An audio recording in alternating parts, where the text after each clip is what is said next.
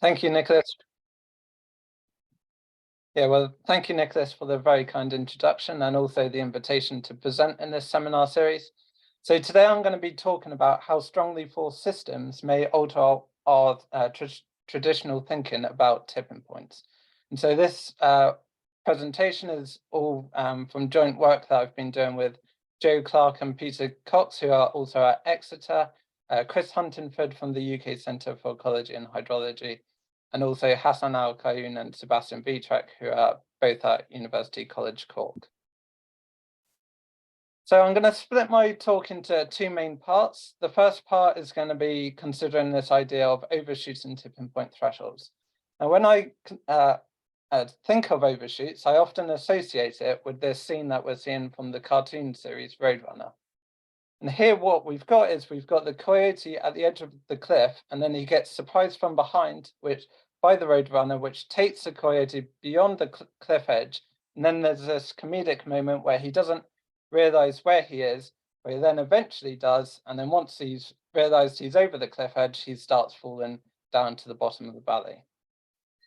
So when we consider maybe an element of the climate system that could cross a future tipping point threshold in the future, what we want to do is avoid what happens to coyote and instead actually realize we've gone over the cliff edge, but then by reversing our forcing sufficiently quickly, actually be able to pull the coyote back onto the cliff and prevent him falling down to the bottom of the valley. And then the second part of my talk will focus on another type of tipping known as rate-induced tipping, where it's not necessarily how far we force a system, but it's actually at the rate at which we force a system that determines whether we get tipping or not. So first, what is a tipping point? Well, as seems to be the fashionable thing to do at the moment, I thought I would ask ChatGPT for a definition of what a climate tipping point is. And this is what it came back with. It's a critical threshold in the Earth's climate system beyond which a small change can cause a large and potentially irreversible shift in the state of the system. It is a point of no return where the system undergoes a rapid and abrupt change in response to a gradual increase in a climate driver such as greenhouse gas concentrations or temperature. Now, on the whole, this is largely quite a good definition. There's a few minor points I would possibly dispute a bit, but on the whole, you can take this as a working definition to what we mean by a tipping point. And so climate tipping points were really first popularized back in 2008 by Tim Lenton et al., where they did a review of or identified the various elements of the climate system that could be susceptible to undergoing a tipping event under global warming.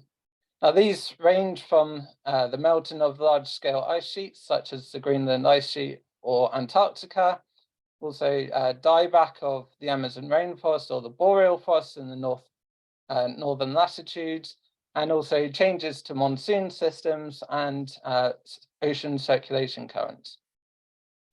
And then just end of last year, David Armstrong Mackay led a review where they updated the current knowledge of tipping points in the climate system. And you can see that many of the elements that were identified back in 2008 are still feared to be at risk of suffering tipping points, where now we've got global warming thresholds associated with these to what level we might incur these tipping points. There's also a few new tipping elements that have been identified, such as the subpolar gyre in the North Atlantic, and also low latitude coral reefs. So how might we observe a tipping point in the real world? So on the left here, I've taken a figure from the Hawkins et al. 2011 paper, where they did a simulated collapse of the Atlantic Meridional Overturning Circulation, or AMOC for short, in a global climate model. So the AMOC is this large-scale ocean circulation current in the Atlantic, where it transports warm waters from the tropics up to the North Atlantic.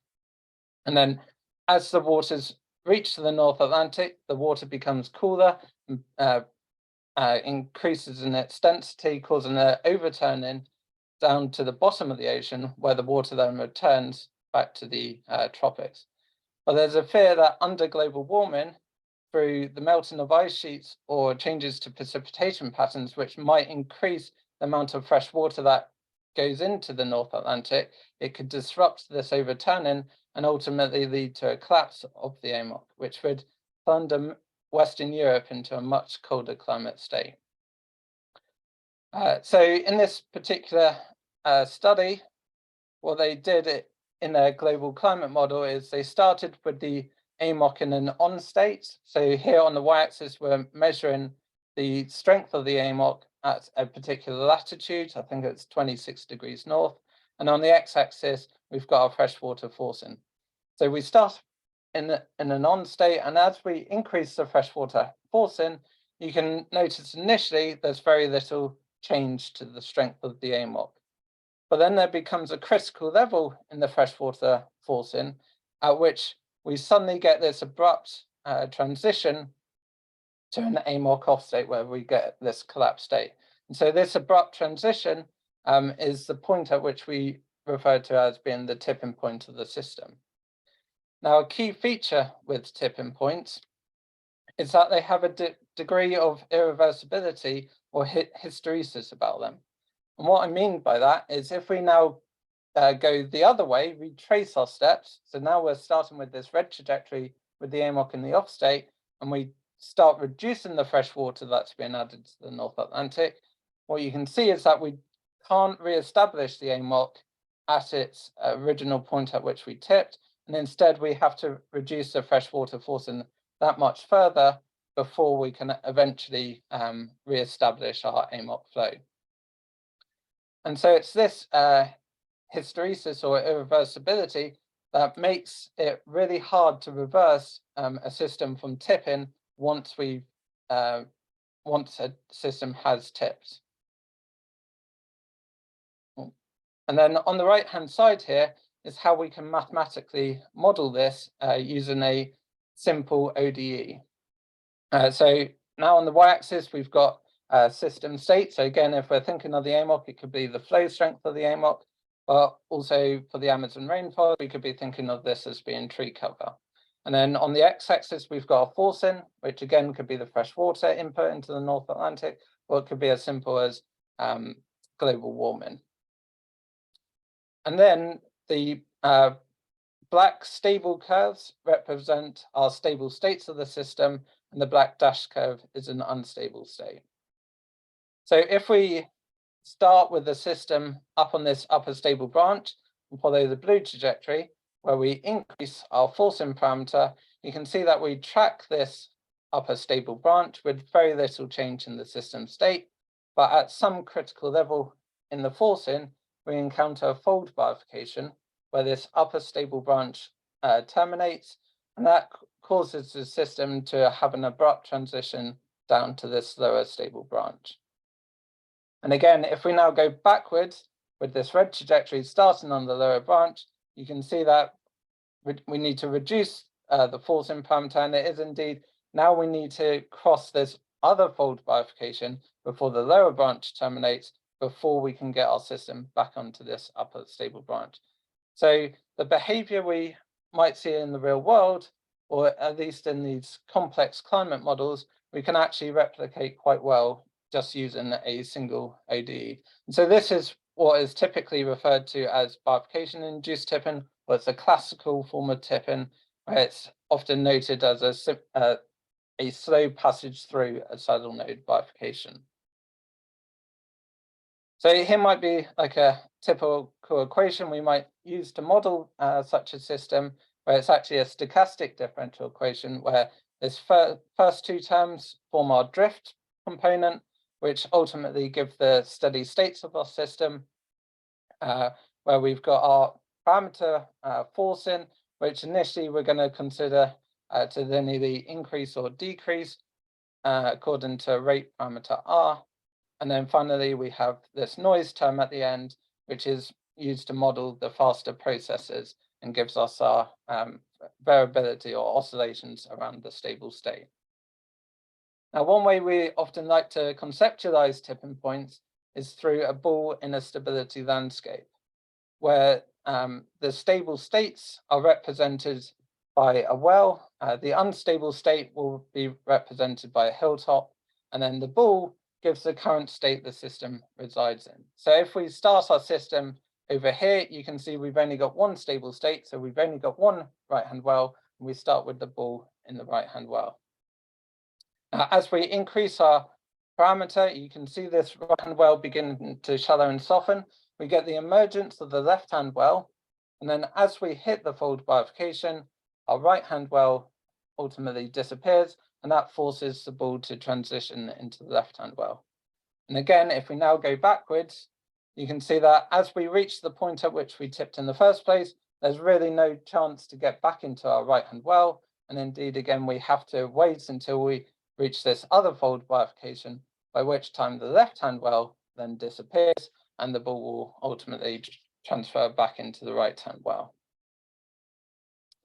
Okay, so that was a quick introduction to tipping points.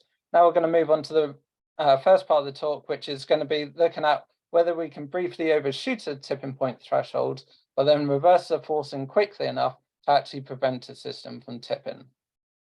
So to motivate why we can ask such a question, I've got a little animation here, where again, I've taken a generic system with its bifurcation diagram given in this middle row on the left-hand side.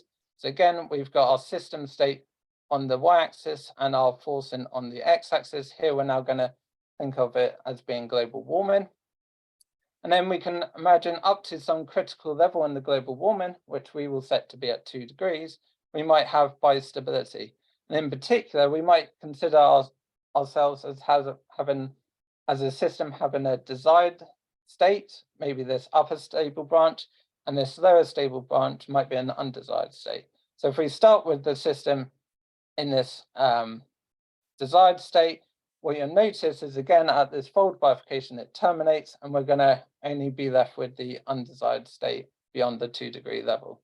So for the global warming, which will be plotted out in this top panel, we're just going to initially consider a linear increase in the global warming. And so now I've removed the noise to for simplicity, and you can see we get the same behavior as I've already shown. That we track this upper stable branch, we hit the fold bifurcation, and we get this instantaneous and abrupt transition to our alternative steady state. And again, we've got the same picture going on in our stability landscape. We're starting in the right-hand well, it shallows and softens, and then as we pass the critical threshold, our right-hand well disappears and the ball transfers into the left-hand well. So again, this is the classical thinking many of us have in our mind of when we consider tipping points, or at least bifurcation-induced tipping. But this relies on one key assumption, and that's we've got a separation of timescales. Namely, the timescale of the forcing, or the global warming, is assumed to be much slower than the timescale of the system dynamics themselves. But if we consider the current rates of anthropogenic climate change, and also some of the slower tipping elements of the climate system, such as the Greenland ice sheet, it's not really obvious that there should be this clear separation of timescales. And so if we don't have a clear separation of timescales, we get vastly different behavior. And this is what the lower row of panels is showing. So here I've taken a near identical system. You can see that our steady states are all in the same location. We've still got our critical threshold at the 2 degree level, and we're still increasing the global warming at the same linear rate of increase. The only difference I made here is I've made the timescale of this system that much slower. And so now, as we increase our global warming, we again track this upper stable branch, but as we cross the fold bifurcation, we don't see this instantaneous and abrupt transition, and instead there's a delay in our tipping. And it's not actually until we're reaching around 3 degrees of global warming has the system fully tipped to its alternative state. And so it's this delay that we see in these slow tipping elements that motivates us to ask the question, well, can we actually briefly go beyond the critical threshold, but then reverse the forcing sufficiently quickly that we can actually prevent the system from tipping in the first place. So to look at this, we're going to consider a simple model for the AMOC. So I previously introduced this AMOC, this salinity and temperature-driven circulation current in the Atlantic Ocean. Back in 1961, Henry Stommel devised the first experiment to model the flow of the AMOC, where he took two boxes of water, one used to represent the tropics, the other the North Atlantic. And these had different salinity and temperature levels and were connected by an overflow and capillary tube.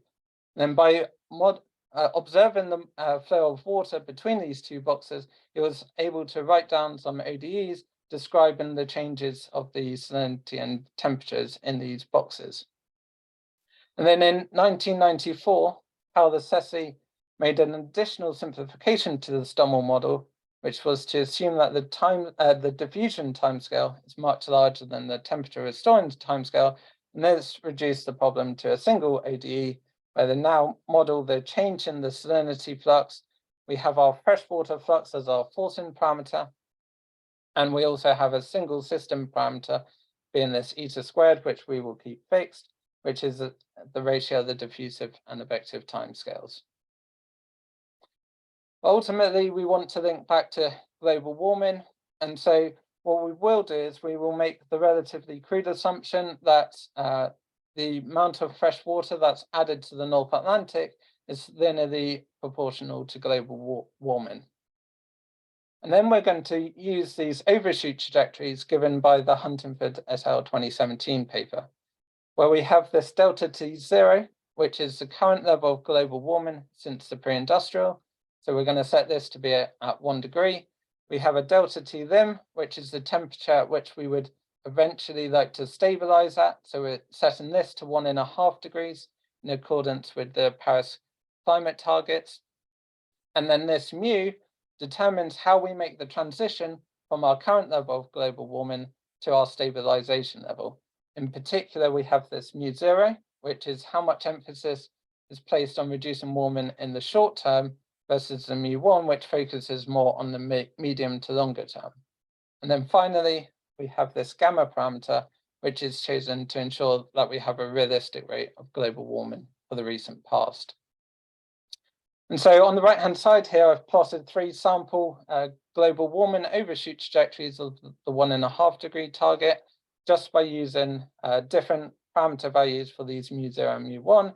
And you can see that we can quite easily generate overshoot profiles that have different peaks in the global warming and also take different times to converge to the 1.5 degree level. And so now we're going to look at some of these overshoot profiles in our AMOC Stommel-Sessi model. So in the middle row again, here on the left-hand side, I've plotted the bifurcation diagram for this model. So again, on the y-axis, we've got the flow strength, and on the x-axis, we've got the global warming. And this looks very similar to our generic example, right? Where up to some critical level in our 4 degree, up to some critical level in our global warming, which we will set to be at 4 degrees, we have bistability, where we have this upper stable branch corresponding to the AMOC on state and this lower branch corresponding to the AMOC off state. But beyond the 4 degree level, only the AMOC off state persists. So in this top panel, we're going to look at 2 global warming overshoot profiles. If we first focus on the blue trajectory, this is where we have a relatively small peak in the overshoot of the 4 degree threshold, but at the same time, we take a very long time to converge to the 1.5 degree level. And for this overshoot, we get the behavior we might intuitively expect.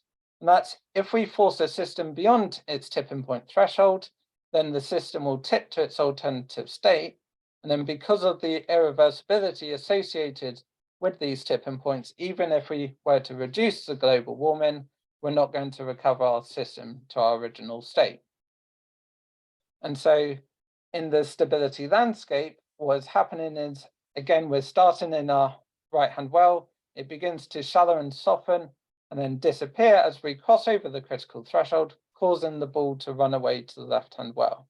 And then we eventually get the global warming back below the 4-degree level, meaning that we re-establish the right-hand well, but the ball has now long escaped to the left-hand well, and we can't get it back into our right-hand well.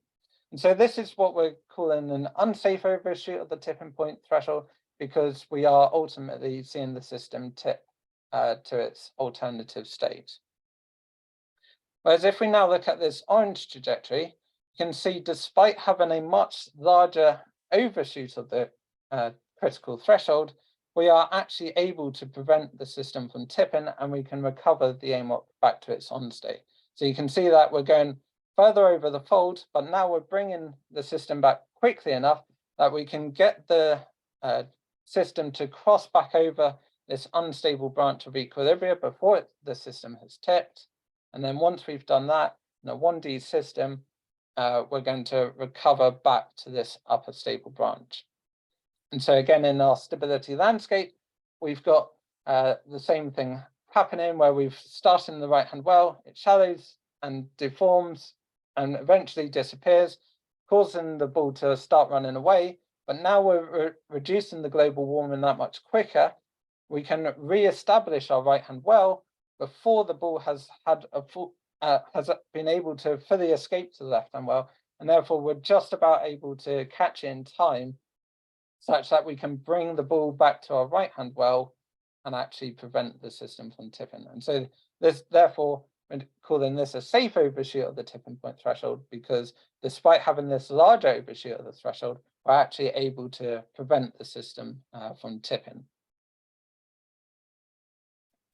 Okay, and so back in 2019, myself and Jan Sieber developed an inverse square law relationship between how far we can maximally overshoot a tipping point threshold and for how long we can spend above the threshold to define a safe overshoot.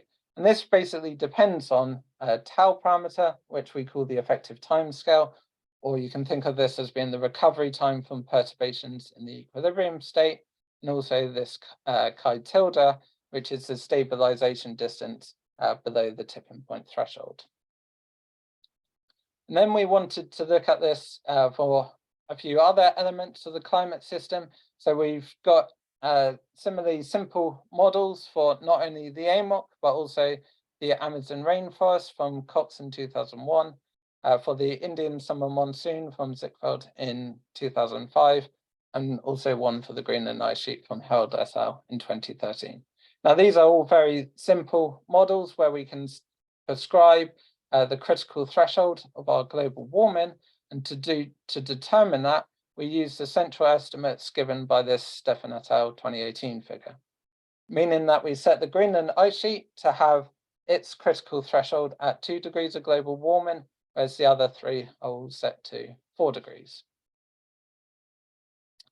And then we can calculate the critical boundaries which separate safe overshoots, which are below these critical boundaries, from unsafe overshoots above the critical boundaries for each of our 4 tipping elements. So here on the y-axis, we've got the time we spend over the respective tipping point thresholds, versus on the x-axis, the peak warming overshoot of the respective thresholds. And the first thing to really notice about these critical boundaries is that they're largely separated based on the timescale of the tipping element. Namely, we have the slow onset tipping elements, such as the AMOC and the ice sheets, where you can overshoot their thresholds on the order of centuries or maybe even millennia, whereas the faster tipping elements, so the Amazon rainforest and the monsoon, you can only overshoot their thresholds for a matter of years or maybe a decade or so.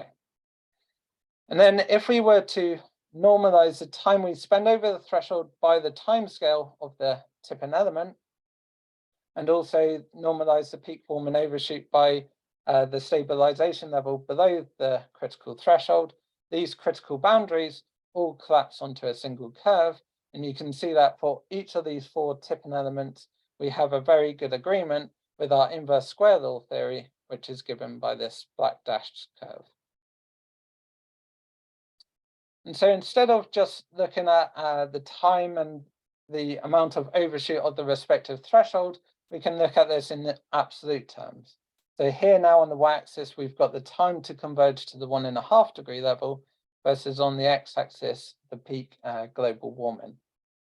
And so we can now plot our critical boundaries for our 4 tipping elements in this plane.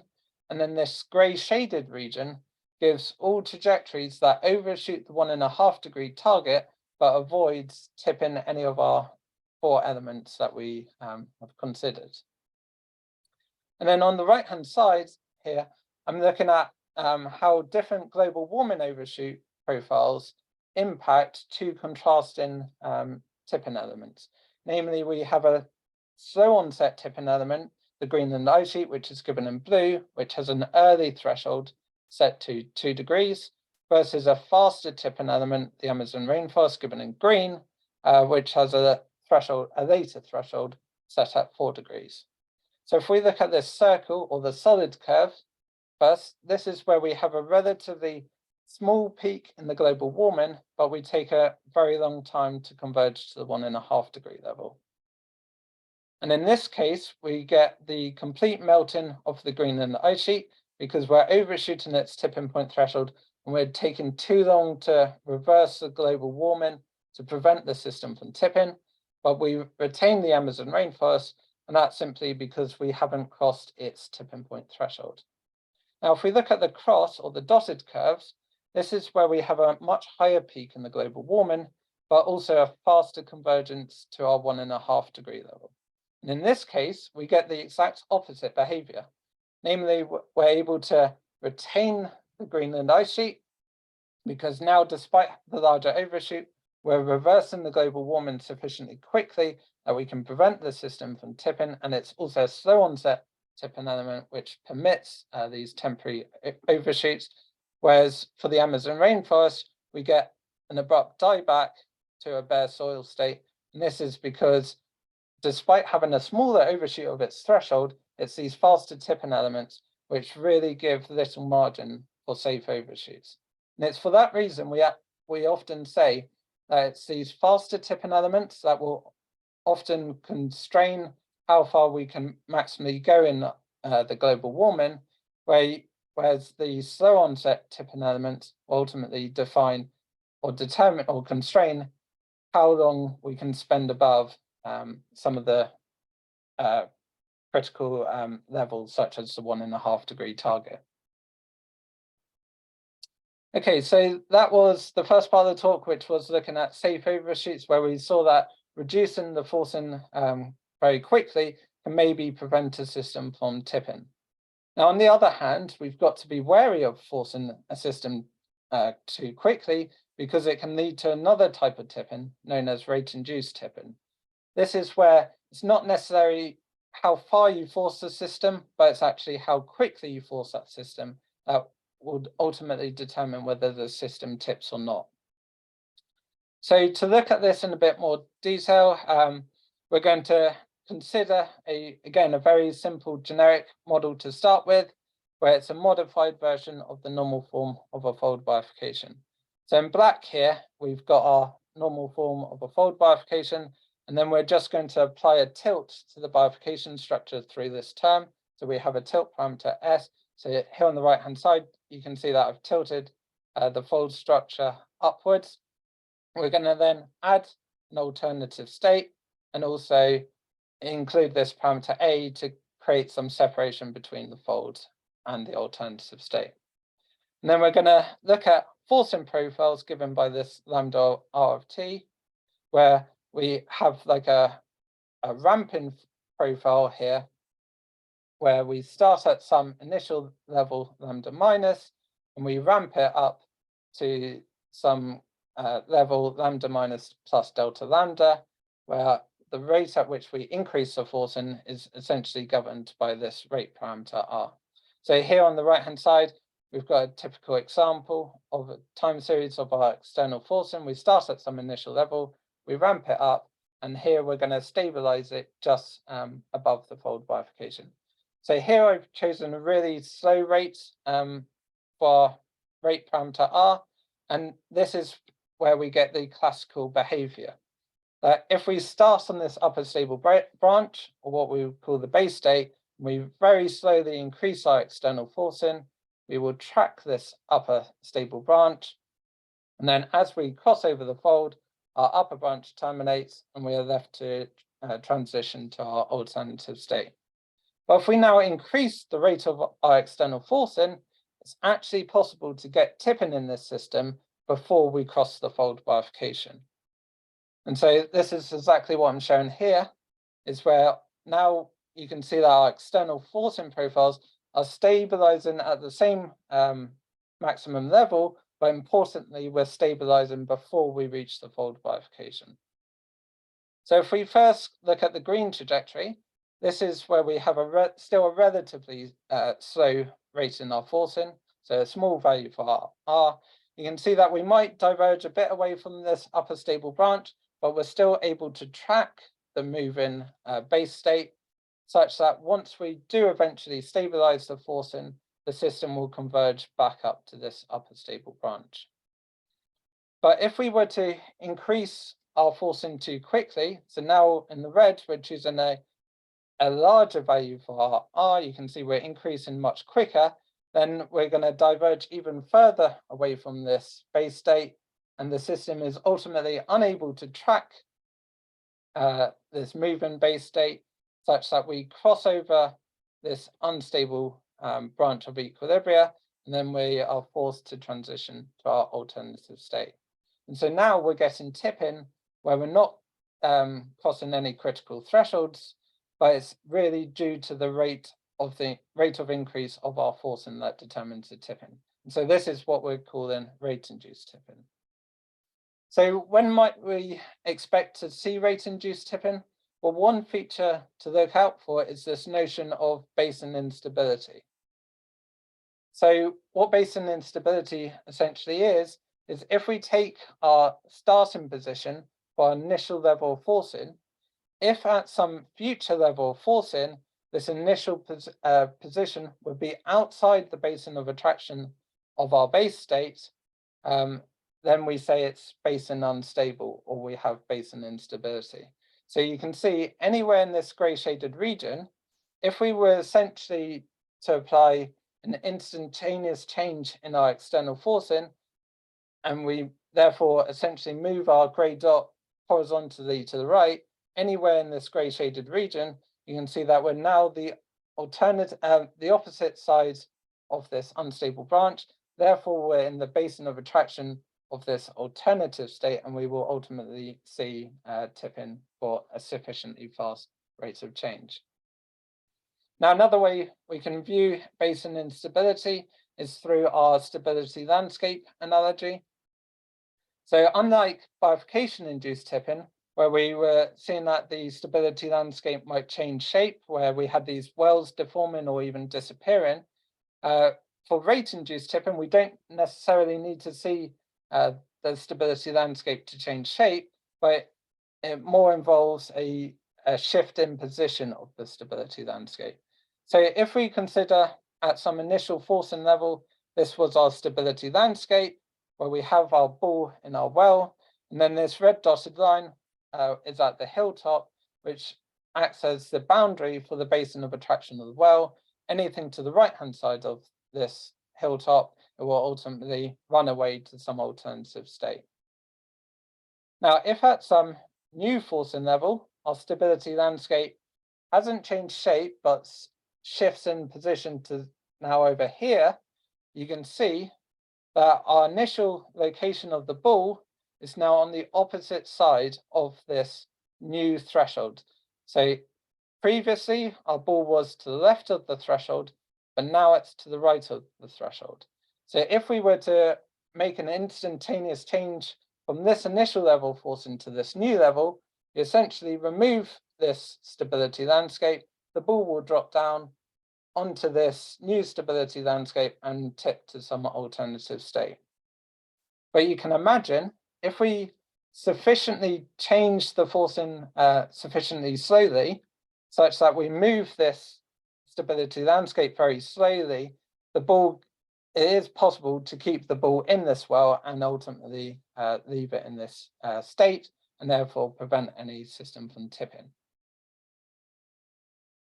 Okay, so let's now go back to our tilted fold example and look at this in a bit more detail. So on the left-hand side here, I've now got external forcing profiles where we're considering initially 3 different ramp forcing trajectories given by the colored lines concatenated with this black dashed line. And you can see the response of the system for these 3 trajectories given by the dashed lines. And so you can see that for a sufficiently slow rate of change in the forcing, where we're stabilizing below the fold bifurcation, you can see that we're able to track the base state and retain and prevent the system from tipping. But for sufficiently large changes in the forcing, rates of change in the forcing given by the orange and purple lines, you can see that we get tipping to the alternative state. And so on the right-hand side here, I've got the tipping diagram for our tilted fold, where on the y-axis, we've got our rate parameter of the external forcing on a logarithmic scale, versus on the x-axis, our peak change in external forcing. So now we already know that if our system goes beyond the fold bifurcation and we stabilize, we will ultimately get tipping. And indeed, for slow rates of parameter change, our critical boundary for the ramp forcing, which separates trajectories that will lead to tipping with the colored regions from no tipping for the white region, for small rates of change, our critical boundary asymptotes to the fold bifurcation. But for faster rates of change, it's possible to get rate-induced tipping before we hit the fold bifurcation. And indeed, for really fast rates of change, our critical boundary will asymptote to this spacing instability boundary.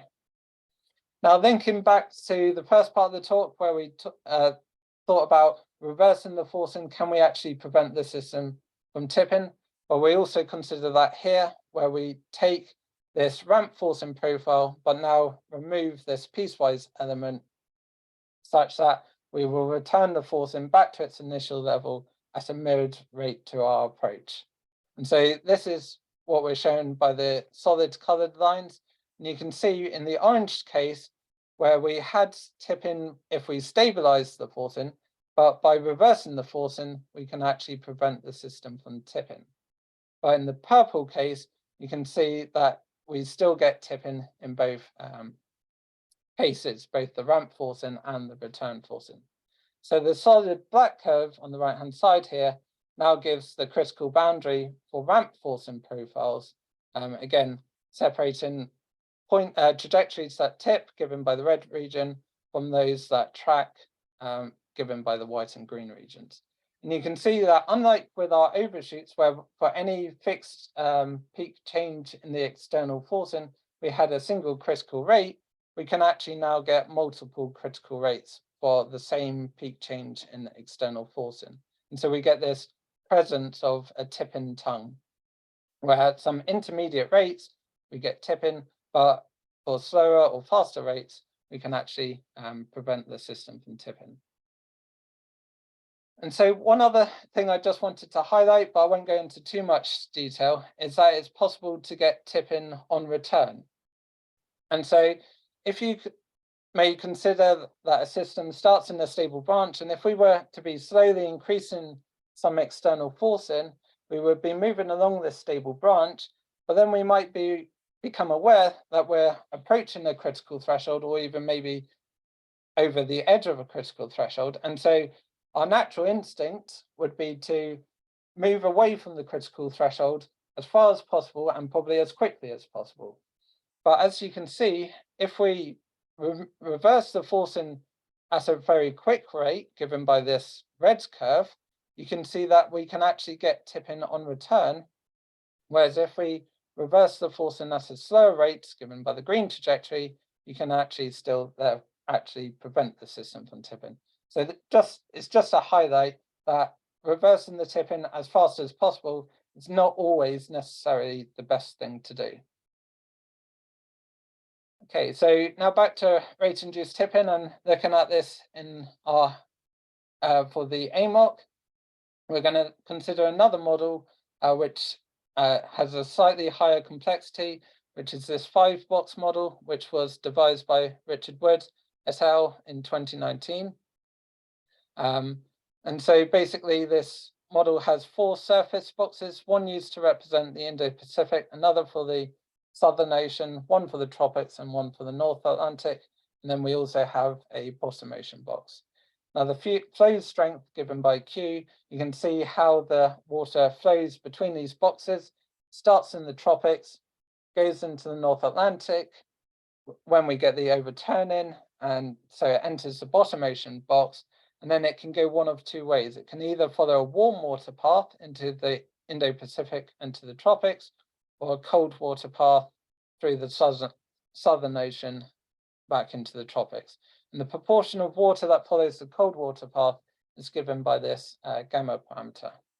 And then we have these 4 surface boxes, which all have wind-driven transport fluxes between them, given by these Ks, and also freshwater fluxes entering as well, where we have a Hosen parameter H in these freshwater fluxes, which is where we're going to be using our ramp profiles and return forcing as well. So for these 5 boxes, you can write down a differential equation describing the change of salinity of these boxes. And then if you were to run this model with changing freshwater fluxes, what you would actually notice is that the southern and bottom ocean boxes salinity doesn't really change. So we can assume these to be in equilibrium. And also through a conservation of salinity, assume remove the equation for the Indo-Pacific, such that we're only left with 2 differential equations. And then we can calculate the bifurcation diagram for this model. So on the y-axis, we again got the AMOC strength, and on the x-axis, we've got the freshwater Hosen. And this looks very similar to what we've seen before, right? Where we've got this upper branch corresponding to an AMOC on state, and this lower branch corresponding to the AMOC off state. And then we've got this fold bifurcation where this upper branch terminates, and beyond which we only have the AMOC off state.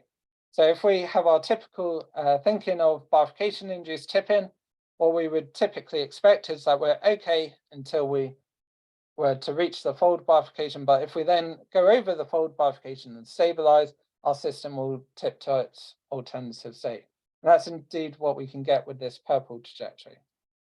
But then I can also show you this orange trajectory where we actually see tipping before the fold bifurcation.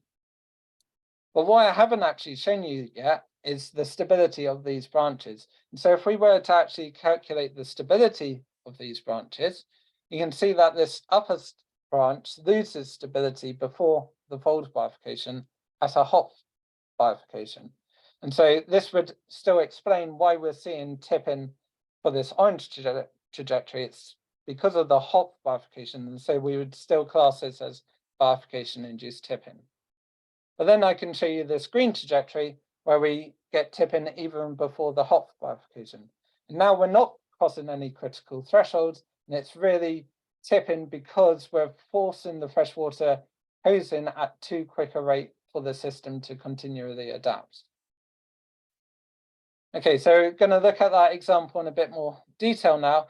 We're going to consider some freshwater Hosen profiles that all stabilize at the same level, which is below this Hopf bifurcation.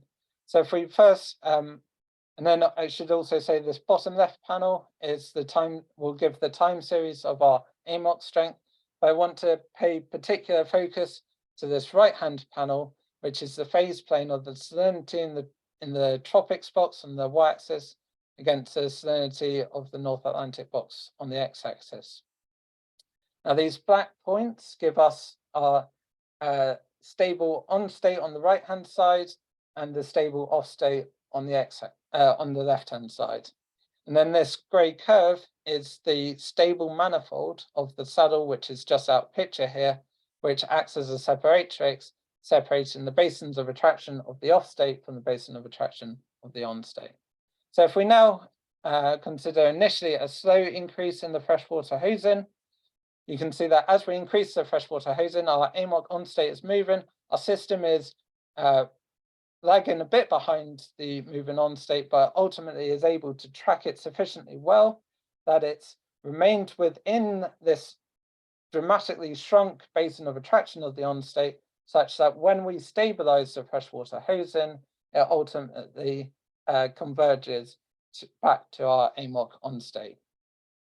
But what you will notice is that our initial AMOC on state is now outside the basin of attraction of our future AMOC on state. And so we have this basin instability. And so therefore we know for a sufficiently fast change in the freshwater hosing, it's possible to get rate-induced tipping to our alternative state. And so that's what we're shown in this next animation in red, where you can see we're going to now increase the freshwater hosing at a much faster rate. So as we now vary the freshwater hosing, you'll see that the on state will move a lot faster. Our system will lag behind. It's unable to track this fast moving state. It finds itself outside the basin of attraction of the on state, and then it ultimately tips to its alternative state. So now we're forcing the system too quickly that it's unable to continually adapt. It goes outside the basin of attraction, and we get this rate-induced tipping.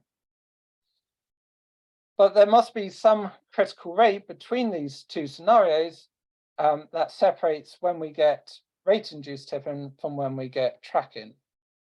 And at this critical rate of increase in the freshwater hosing, we actually see quite unexpected behavior. So this is what we're shown in the blue here, where you'll see that our system will actually converge onto this unstable limit cycle, will ultimately just oscillate around on this unstable limit cycle forever.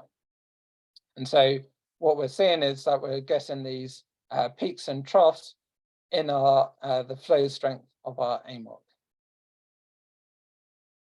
And so this is just a figure just to highlight what we've just seen. So for a sufficiently slow rate of change in the freshwater hosing, we get tracking to this and we can prevent the system from tipping. A fast change in the freshwater hosing, we get rate-induced tipping to our off state, but at this critical level, critical rate of increase, we get this unexpected behavior where we converge to our unstable limit cycle. And so again, we can calculate the tipping diagram for our AMOC model, and you'll see quite a few similarities to our generic tilted fold bifurcation diagram, where for the ramp forcing profiles, for the slow rate parameters, you can see that we asymptote not to the fold bifurcation, but to the hop bifurcation, i.e. the first critical threshold that we would encounter. And for the faster rates of forcing, we asymptote to our basin instability boundary. And then also for our return forcing profile, we get the presence of this R-tipping tongue, but also now for a fixed peak change in the freshwater hosing, you can see that we can get three critical rates where we get this interplay between bifurcation-induced tipping and rate-induced tipping with our overshoots.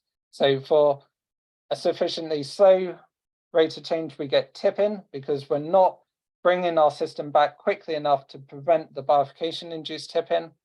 But then at a faster rate, we do save ourselves from bifurcation-induced tipping. But if we go faster still, then rate-induced tipping becomes the dominant factor and we tip because of that. But then even faster rates, we are even able to save ourselves from rate-induced tipping. Okay, so just to summarize, hopefully I've highlighted the importance to account for timescales when crossing tipping point thresholds. And it's in particular, it's these slow onset tipping elements that permit temporary overshoots of their threshold without triggering tipping to a new state. But at the same time, we have to be wary of forcing systems too quickly, because then this can lead to another type of tipping known as rate-induced tipping. And therefore, it's both the approach rate to any tipping point and the actions taken to reverse warming that will determine if climate remains safe from unwelcome state changes. And so just to highlight quickly a couple of references. So this 2023 preprint is our study on rate-induced tipping. where we show it not only constrained to the AMOC or even the climate, we also show the presence of rate-induced tipping in the predator-prey system, and also in the human sector through a model for power grids. And then the 2021 paper is the first part of the talk where we considered overshoots in many different elements of the climate system. And for the 2019 paper is where you can find a derivation of our inverse square law for safe overshoots. And with that, I would like to thank you for your attention. Thank you very much, Paul. Very interesting and right in time. I'm sure there are questions. So let me check the chat. Chat, we actually don't have questions right now. So Jan, please go ahead. Can you hear me? Yeah. Yes. Yeah. Hi, Jan. So like let's look at the last picture with the rate-induced tipping. This curve between green and blue, green and red looked a bit funny. So there seem to be some special points on that curve. You mentioned already one where you have a basic. So along this curve you have some special connection, right? Yeah. And so like what are the special points along this curve? There must be some, like these corners. Yeah.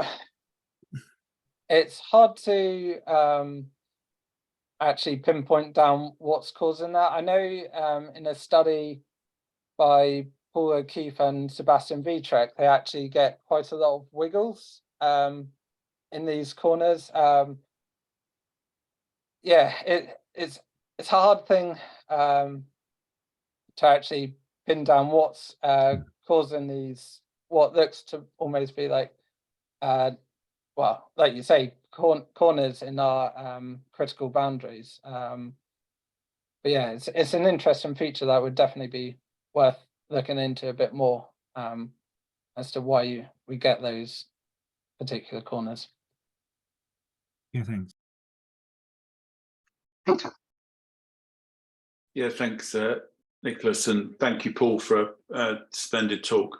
I understand a bit more about it every time you talk about it.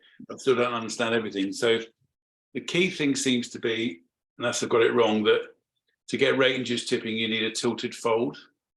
What I don't yet have is a sense of what is it about a system that leads to a tilted fold. Do you have a sense of that? Well, so in 1D, you need a tilted fold to get rate-induced tipping.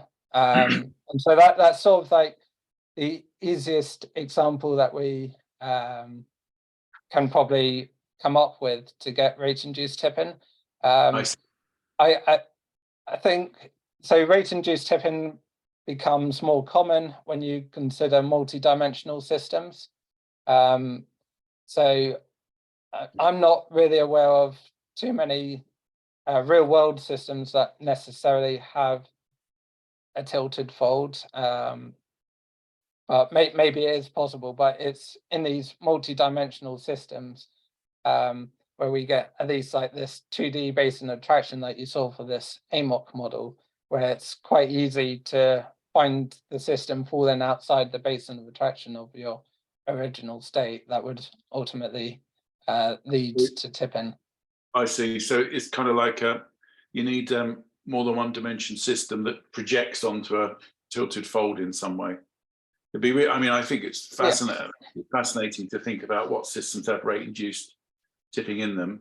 Just wonder whether we could do something on that subsequently, whether there's any way that we could come up with a generic sort of set of criteria that determines whether something could have rate-induced tipping or not in this low dimensional. Anyway, thanks. Yeah, definitely. Thanks. Yeah. So maybe just a quick comment on what Peter Cox asked. So I think like a typical thing where this rate-induced tipping may very likely happen is when you have second order inertia, like in a mechanical system. Yeah. Then this scenario that Paul had, where basically you have the saddle and then the stable manifold of the saddle winds around the stable equilibrium. That's the kind of scenario. Like so I would expect it quite commonly in engineering systems, like when you have generally like some second order stiffness. Yeah, now, I'm not sure how often it happens in climate systems because these are very dissipative often. But like whenever you have like second order equation, like, you know, mx double dot equals something. Right. Yeah. Okay. Which you do in Newtonian mechanics, right? Exactly. Yeah. So it's like in Okay. engineering that might be like in structural engineering, that might be not so uncommon. Yeah, I mean, of course, those things exist all over Navier-Stokes equations in the atmosphere, at least. So, yeah, I think we sometimes choose to make things easier by making things first order. And maybe that's the point Paul's making, is that Yeah. second order system could also, a high dimensional system could also be represented as a higher dimensional derivative, right? I guess a higher order derivative, high degree derivative. Yeah, interesting thought. Okay, Yeah. thanks, folks. Are there any further questions? Maybe then while people think of their own questions, I have two. The one is maybe this isn't a really relevant one, but sort of what we're looking at here, and I mean we're seeing these two corners, but forget about them. In general, I think due to the fact that you have a simple system that you use to produce these boundary lines here, they're nice and smooth. Would you expect, or how would you expect what kind of properties would you expect for these boundaries in a more realistic setting? Like, let's say you could do something like this with a coupled AO-GCM. Would you expect to have like complicated structures here? Like, let's say, I mean, they might even get fractal, or like, you know, in higher dimensional systems, where they might be attracting and where they would be repelling and so on. Yeah. I can imagine, yeah, that you would get more complicated structures, although I guess you also have a lot of noise in GCM, where these boundaries would essentially be blurred out, or you'd be looking at more like probabilities of tipping.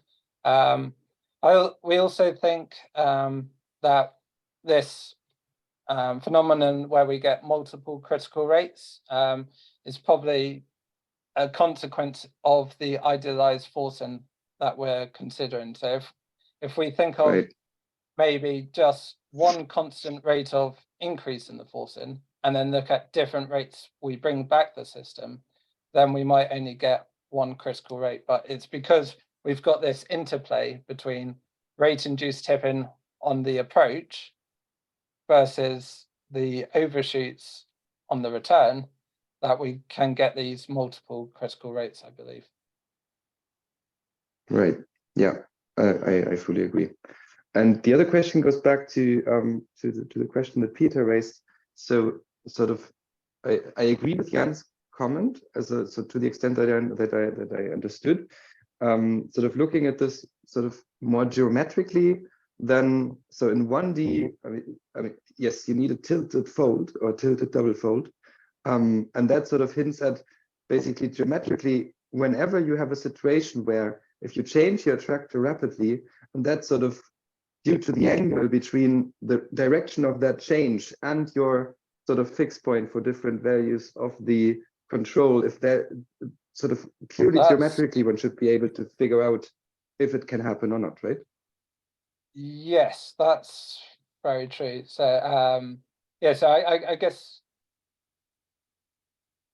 but again, I think that's so. What I take from your question is sort of thinking, if you have like a normal fold, but it wouldn't work in 1D, right? But if you sort of angle your forcing somehow, no. But how would it remain 1D?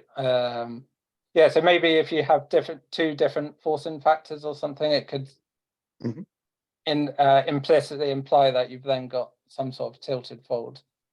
Presumably, yeah. Is there a relationship between the tilt of the fold and the dangerous rate of change? I guess there must be. Yes, yeah, and also how far you maximally force your system as well. Right. So if I go back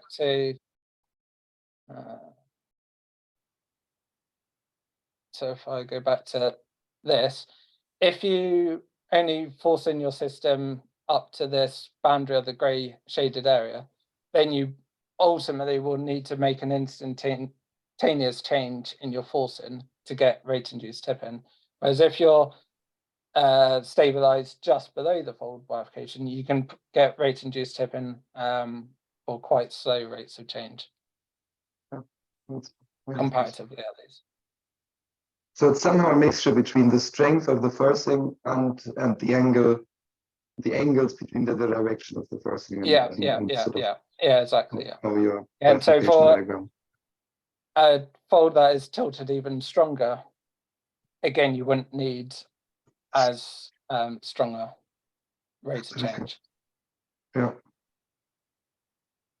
Great. Thanks. That was very helpful. Any further questions for Paul?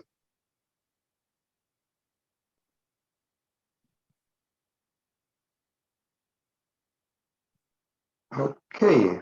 So if there isn't, then Gemma, do you have the agenda for next month from the top of your head? So we already announced. So there will be the next talk will be on May 2nd.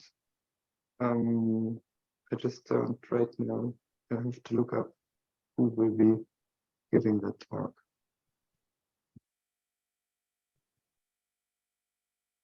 Yeah, can I share? It will be Pierre Gentin, so it will probably be so that will be at 9 a.m. Los Angeles time. And most likely he will talk, we don't have the title yet, but he will talk about sort of combining process-based and machine learning models in our system modeling.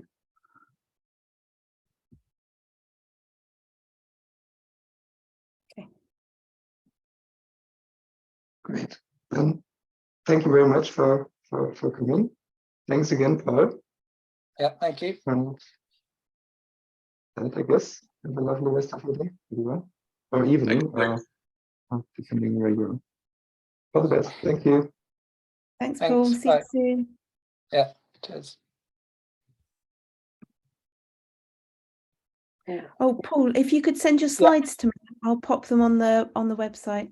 Yeah, sure. Yeah. Okay, no worries. Thank you. Stop recording now. All right.